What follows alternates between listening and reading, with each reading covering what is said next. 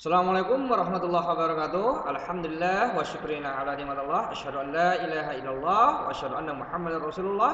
Allahumma shalli ala sayyidina Muhammad wa ala alihi sayyidina Muhammad. Puji syukur kepada Allah kita sampaikan serta berselawat kita kepada baginda Rasulullah sallallahu alaihi wasallam. Oke, baiklah sekalian, sebelum kita mulai pembelajaran ini, kita awali dulu dengan doa.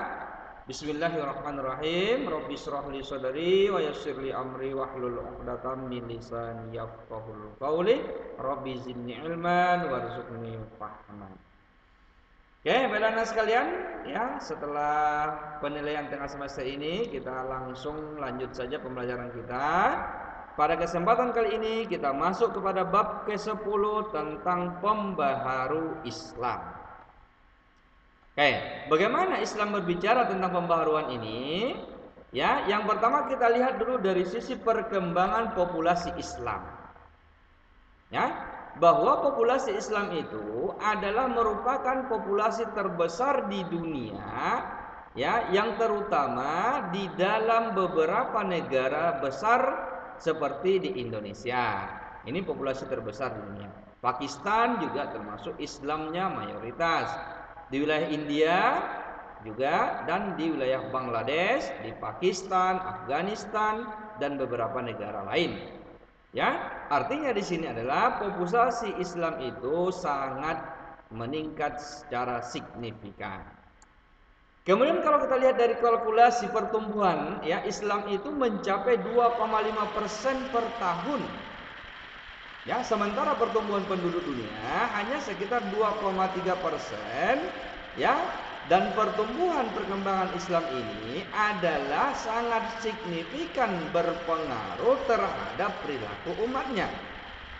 Sehingga akan menimbulkan banyak tantangan, banyak persoalan-persoalan yang pada umumnya itu tidak ada di zaman sebelumnya. Sehingga menimbulkan persoalan-persoalan baru, sehingga menumbuhkan, ya, keterkaitan antara ijtihad ulama dengan zaman perkembangan zaman pada saat itu. Oke, lalu kita lihat bagaimana pengaruh perkembangan Islam tadi, ya kan?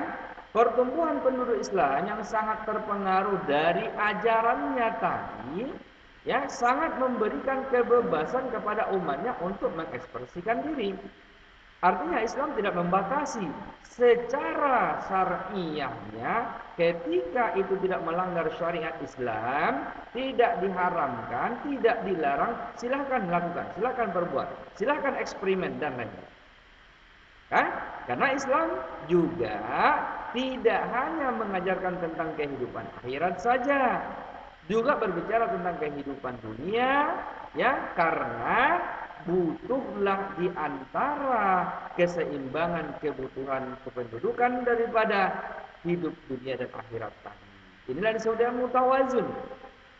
Ya, bahkan dalam beberapa hadis Rasul katakan, atau sebagian mengatakan termasuk kepada pepatah Arab, ikmal li dunyaka ka'annaka ta'isu abadan wa'mal li akhiratika ka'annaka tamutu ghadan, kata Rasul.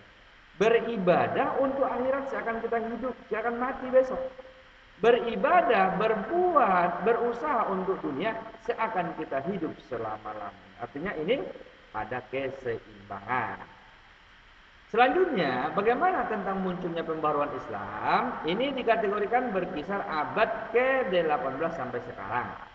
Ya, menurut salah satu tokoh pemerhati Islam, Harun Nasution, pada tahun 1985 membagilah periodisasi Islam itu kepada 3.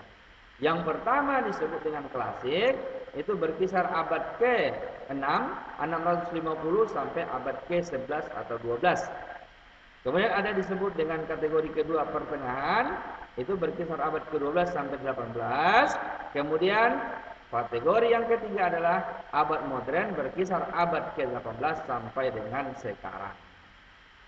Selanjutnya, ya, kita bahas tentang penyebab Islam maju di abad klasik. Ya, karena yang pertama adalah umat Islam itu masih melaksanakan ajaran Islam secara penuh. Belum terpengaruh dengan kehidupan dunia, glamornya dunia. Yang kedua, melaksanakan ajaran Rasulullah yang baru meninggalkan umatnya masih melekat dalam ingatan para sahabat dan tabi'in. Lalu yang ketiga adalah Islam sangat mencintai ilmu di zaman itu. Ya, sampai-sampai di zaman kemajuan Islam kita memiliki perpustakaan terbesar di muka bumi ini, ya kan? Di zaman Utsmaniyah.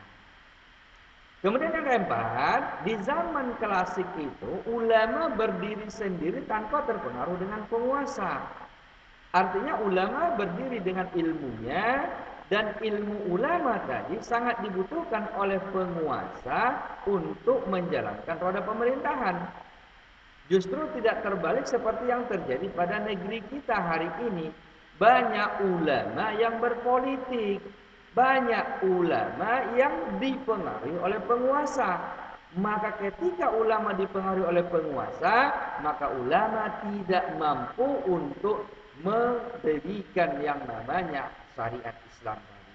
Karena penguasa membutuhkan pengaruh dari ulama. Sementara ulama tidak mampu membuat kebijakan.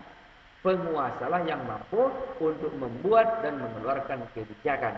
Maka ketika ulama dipengaruhi oleh penguasa, maka penguasa tadi akan mensetir, akan mengolah, dan akan mengelabui yang namanya ulama. Selanjutnya anak sekalian, bagaimana penyebab kemunduran peradaban Islam?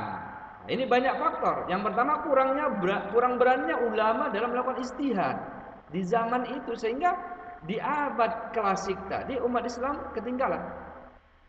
Yang kedua, menganggap penggunaan akal bukan zamannya lagi karena mereka hubbud dunia, sudah terpengaruh dengan dunia. Kemudian yang ketiga, ulama banyak menerima saja hasil karya ulama terdahulu tanpa mereka beristihad dengan yang terbaru.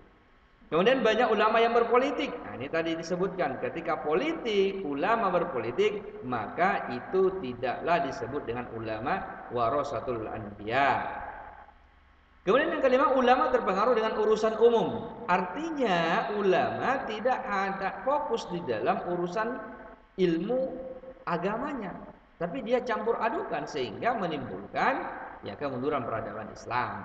Kemudian yang keenam adalah ilmu dari barat tidak terbendung karena pengaruh modernisasi, pengaruh yang namanya zaman yang tidak lagi bisa difilter oleh umat Islam, sehingga lambat laun umat Islam meninggalkan syariat dan ajaran-ajarannya karena dipengaruhi oleh budaya-budaya barat.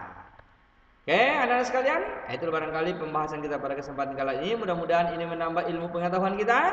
Dan jangan lupa slide terakhir ini, jangan lupa sholat. Sholatlah Anda sebelum Anda disolatkan. Barangkali mudah-mudahan demikian saja. Selamat bertemu pada pertemuan berikutnya.